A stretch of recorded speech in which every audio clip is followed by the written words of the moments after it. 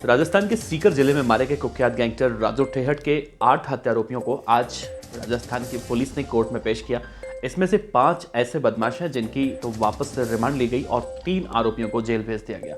तो आज के इस वीडियो में सबसे पहले चर्चा राजू ठेहट केस के बारे में क्या अपडेट है उसके बारे में करेंगे। दूसरी चर्चा मध्य प्रदेश के खूंखार गैंगस्टर के बेटे के बारे में चर्चा करेंगे, जो शनिवार को जब जेल से जमानत पर बाहर आया तो उसने इतनी आतिशबाजी जेल से लेकर घर तक की कि आसपास के लोग जो रास्ते में चल रहे थे वो पूरी तरह से डर गए। और जब ये देखते देखते ये खबर सोशल मीडिया पर वायरल हुआ तो उस बात की चर्चा निकल कर सामने आ रही है और उन बदमाशे पर कार्रवाई करने की बात कही जा रही है। तो बने रहेगा वीडियो के अंत तक, कई सारी चर्चाएं हैं जो इस वीडियो में करने वाले हैं।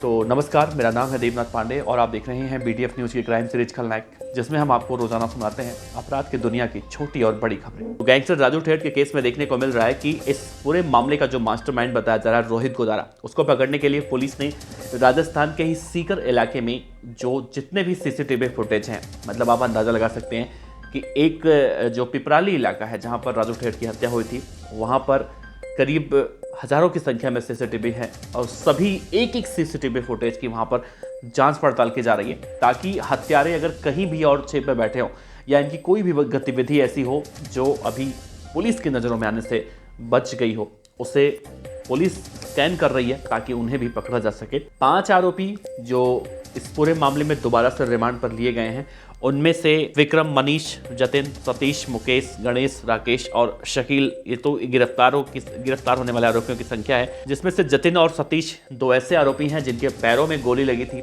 इन्हें एम्बुलेंस के जरिए आज अस्पताल ले जाया गया था। तो मिला जुलाकर देखा जाए तो जब से राजू ठेहट की हत्या हुई है तब से राजस्थान के सीकर जिले के अंदर खासतौर से जो पावर बाइकें कही जाती हैं या फिर जो बिना नंबर प्लेट की बाइकें होती हैं, या फिर इसी सीकर में एक खबर और निकलकर सामने आई थी राजू ठेहट की हत्याकांड के बाद कि बहुत सारे लोग ऐसे हैं जो बाइकों को किराए पर मुहैया कराते हैं और बदमाशों के लिए ये वरदान साबित होता है। बदमाश आराम से किराए पर बाइक लेते हैं और कहीं भी जाकर वारदात को अंजाम दे दिया करते हैं। तो इन सभी लोगों पर पुलिस नकेल कस रही है और राजस्थान के सीकर के अंदर खासतौर से ये भी आशंका जताई जा रही थी कि एक जब बड़े गैंगस्टर की हत्या हुई है तो हो सकता है कि गैंग वॉर कहीं ना कहीं देखने को मिले। लेकिन जब राजस्थान पुलिस ने इस पूरे मामले में इन्वेस्टिगेशन किया तो मालूम चला कि राजू ठेहट की हत्या आज से नहीं बल्कि 2014 से ही जो है गैंगस्टर करने की प्लानिंग कर रहे थे। और इन आरोपियों से पूछताछ में भी कई सारे ऐसे चौंकाने वाले खुलासे हो रहे हैं जिसमें ये निकलकर सामने आ रहा है। और ये भी कहा जा रहा है कि कई मौके तो ऐसे आए कि राजू ठेहट को मारने के लिए इन बदमाशों ने हत्याकांड को अंजाम देने की कोशिश की, लेकिन उन्हें कामयाबी नहीं मिल पाई। राजू ठेहट को मारने के पीछे जो मेन उद्देश्य अब निकलकर सामने आ रहा है गैंगस्टर रोहित गोदारा का, पहले कहा गया था कि रोहित गोदारा अपने नाम की वर्चस्व फैलाना चाहता था, लेकिन अब जो निकल कर सामने आ रहा है उसमें से एक तीर से 2 शिकार करने का पूरा इरादा था उनका। और राजू ठेहट पहली बात तो मारा जाता और दूसरी कि राजू ठेहट की हत्या के बाद व्यापारी वर्ग में एक दहशत फैल जाती और व्यापारी अगर किसी के पास भी किसी भी व्यापारी के पास अगर रंगदारी के लिए किसी भी गैंगस्टर का फोन आता, खासतौर पर रोहित गोदारा के नाम पर, लॉरेंस बिश्नोई के नाम पर, तो हो सकता है कि वो व्यापारी दहशत में आकर वो पैसे उन बदमाशों को दे देता। तो कहीं ना कहीं टेरर पैदा करने की कोशिश की जा रही थी और यही सबसे बड़ी वजह भी देखी गई है। तो फिलहाल राजू ठेहट के मामले में अभी भी जो मुख्य आरोपी है गैंगस्टर रोहित गोदारा, उसे पकड़ने की पुलिस कोशिश कर रही है। तमाम CCTV फुटेज स्कैन किए जा रहे हैं, उसकी लोकेशन अभी तक पुलिस को नहीं मिल पाई है, लेकिन पुलिस का यह भी मानना है कि बहुत जल्दी रोहित गोदारा ठीक वैसे ही पकड़ा जाएगा जैसे बाकी सभी आरोपी पकड़े गए। तो इस केस में अभी तक यही अपडेट है। वैसे दूसरी खबर आज हमारी मध्य प्रदेश के भोपाल से है और भोपाल में एक कुख्यात गैंगस्टर है जिसका नाम है मुख्तार मलिक। उसका एक बेटा है यासीन मलिक जो अभी कॉलेज में पढ़ता है। और अब शनिवार का दिन था जब वो जेल से जमानत पर बाहर आ रहा था, तो उसको वहां पर रिसीव करने के लिए गैंगस्टर मुख्तार मलिक ने कई सारी लग्जरी गाड़ियां, खुली जीप और उसके पास भेजी थी उसे रिसीव करने के लिए। और जितने भी गुंडे बदमाश थे वो सभी उस जीप में बैठाकर, उस गाड़ी में बैठाकर एक बड़ा काफिला ऐसे लेकर जेल से आए जैसे लग रहा था कि यासीन मलिक गैंगस्टर का बेटा जो था मुख्तार मलिक का, वो कोई फतेह जीत कर आया हो, जंग जीत कर आया हो या फिर पाकिस्तान पर चढ़ाई करके आया हो, कुछ इस तरह का कोई बड़ा काम करके आया हो। और जिस तरह से उसके काफिले में गाड़ियां देखने को मिली।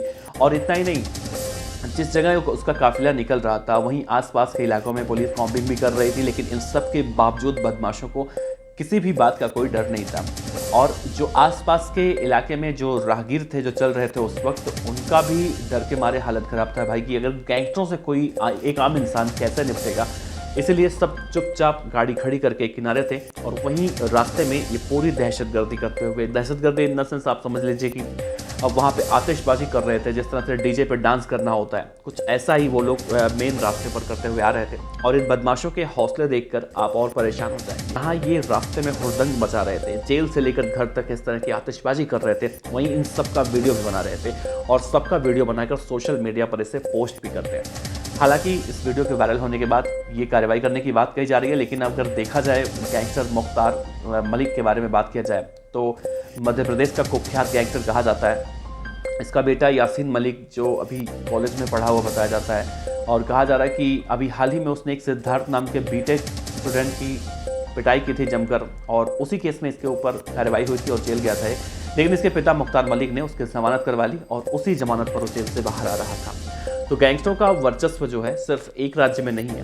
पंजाब, दिल्ली, हरियाणा, बिहार, उत्तर प्रदेश, झारखंड या फिर मध्य प्रदेश, हर जगहों पर गैंगस्टरों की दहशत देखने को मिलती है। बस इन बदमाशों में फ़र्क यही देखने को मिलता है, कहीं के बदमाश एकदम लॉरेंस बिश्नोई की तरह वारदातों को अंजाम देते हैं और कहीं के बदमाश यासीन मलिक की तरह अंजाम देते हैं और कहीं के बदमाश रोहित गुदारा की तरह अंजाम देते हैं। यानी कि सबका अपना अपना अपराध करने का तरीका अलग अलग है, लेकिन इरादा सबका वही रहता है, लोगों के अंदर अपनी दहशत फैलाना।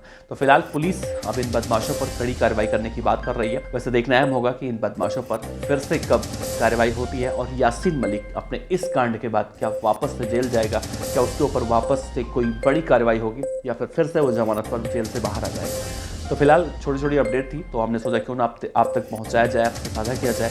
तो इस खबर के बारे में अपनी राय ज़रूर रखिएगा। आपका बहुत बहुत शुक्रिया। नमस्कार, ध्यान रखिएगा।